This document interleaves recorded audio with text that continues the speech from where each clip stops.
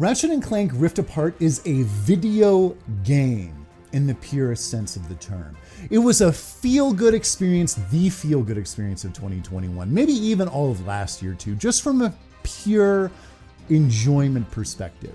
I enjoyed the hell out of this game. It made me feel like a kid again. It was like seeing someone in an arcade back in the day playing a game you've never seen before and just being drawn to it like a friggin' tractor beam. It was just so good. And I liked Ratchet and Clank 2016. That was my first experience with the franchise, but I love Ratchet and Clank Rift Apart. And I'm going through it again currently because I wasn't done with it yet. I needed to play it some more. And there's a lot of incentive in the New Game Plus. So Ratchet and Clank Rift Apart, everyone should play it if you could get your goddamn hands on a PS5, that is. So starting with graphics, holy crap, amazing. The decision to go PS5 only with Ratchet and Clank Rift Apart really pays off in the graphics department. Everything's so dense. There's just NPCs and enemies everywhere. It's just on a scale that I'm not used to yet. And the environments were colorful and they were very varied, from technological cityscapes to wild, untamed jungles and everything in between. And then the art style itself for the entire experience is incredibly colorful. It's very vibrant. A lot of the characters are designed over the top, but it's still visually pleasing and it fits in with the whole overall mood and narrative of the experience. And one of the highlights was traveling to new planets and seeing the new environments or the different types of aliens or NPCs they had to offer. And Ratchet and Rivet themselves look great. And one thing I was not anticipating in a Ratchet and Clank game was awesome looking armor sets, which this game has. I love making my characters look like absolute badasses, especially if I can do it very early on in the experience. And some of the armor sets these characters get, they look great. An awesome touch that they have to this game is in cutscenes.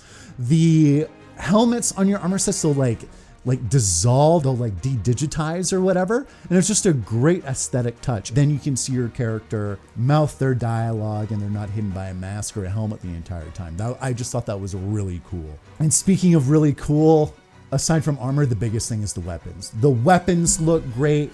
They're all unique.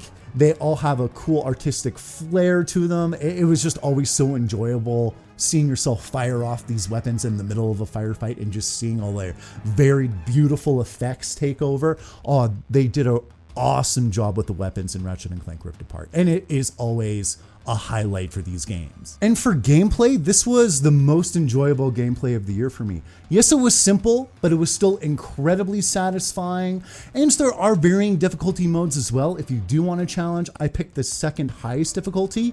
And even then it was a bit on the easy side, especially if you were playing the way I did and you had a few really well upgraded weapons.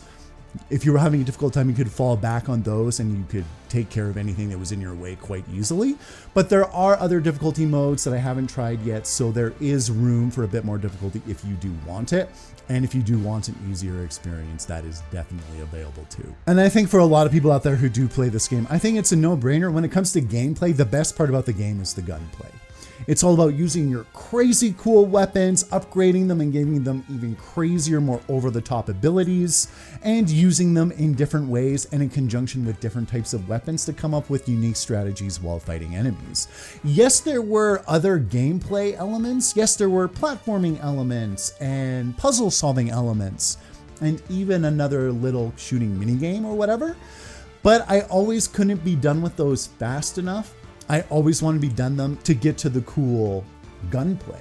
They didn't overstay their welcome per se. I just wanted to get to the really good stuff always when I did encounter them. And another thing, and I must have totally forgotten this was a feature with the PlayStation 5, is the adaptive triggers.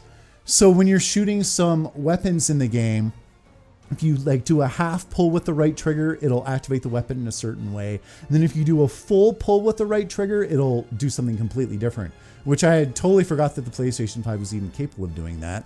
And another thing, if you get some weapons that are kind of like rat-a-tat-tat and are shooting off weapon or bullets quite quickly, the triggers will press against your index finger and it'll give you like an up and down motion. So it feels like you're actually firing a gun. Awesome, freaking loved it. And speaking of PlayStation 5 features, this game was just Sony being a bunch of show-offs when it came to the SSD. Just the way you're able to travel through the maps, and some of them eventually you can travel through quite quickly, and assets are loading lightning fast. It's just Sony being like, it's pretty good, isn't it? that SSD is pretty good, ain't it? That's pretty much what it is, which I'm totally cool with because they're right. It was very impressive how quickly all the environments would load. And in terms of the environments in general, while they are very varied artistically speaking, they are different in terms of construction as well. Some of them are quite large open areas where you can freely traverse, and then some of them are more, I guess I would say linear, and they very much only have a few set paths, but honestly, it doesn't matter because the levels look so damn good and the gameplay is so fun and you're just enjoying that sweet, sweet gunplay. It doesn't really matter that some are a little more open world and some aren't. They're still well designed. I liked all the levels and they all had something unique to offer. And a great thing about all of these levels is the map. The map, when you access it, it's keeping track of where you've been. So it's essentially color coding areas you've traversed in any given world. So you know where you've been and you don't need to backtrack unnecessarily. And if an item does pop up on the map that you haven't been able to see on your own, it's very easy to track, very easy to track down.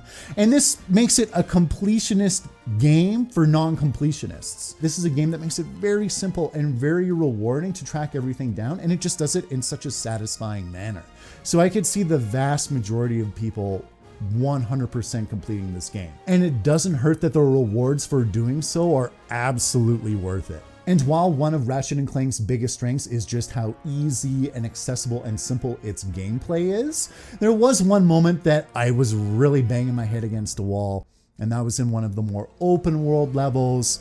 I'm told to collect certain stones and I couldn't do so. And I very much was given the indicator that I could do it, but it just wasn't explained very well. And it took me like half an hour, 45 minutes to figure it out. And I only figured it out because I ended up Googling it. So Ratchet and Clank 2016, I don't remember a damn thing about that story. All I remember is Captain Quantum, I think his name is, was a douchebag. That's pretty much all I remember, but I feel like I'll remember Ratchet and Clank Rift Apart. And Ratchet and Clank Rift Apart, it's very much a zany, over-the-top story and experience filled with very similar characters. And essentially the story is Dr. Nefarious steals the Dimensionator and he blows up a bunch of holes in the space-time fabric, and you're trying to fix the whole situation. And then that's where Rivet comes onto the scene. And Rivet was the breakout star for this title. I always thought she looked cool as soon as they showed her off in trailers.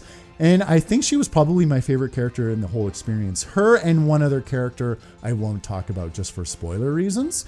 But I really liked Rivet. I think she's a great addition. I'm looking forward to seeing her in future games. They're very much setting her up to be part of the franchise going forward, which I think is a good call. And there were some more world building elements in this title too, very much setting up things for future games in the series as well. And I really enjoyed that. And in the sound department, when it comes to the soundtrack anyway, I really can't say too much because I can't remember much of the soundtrack at all.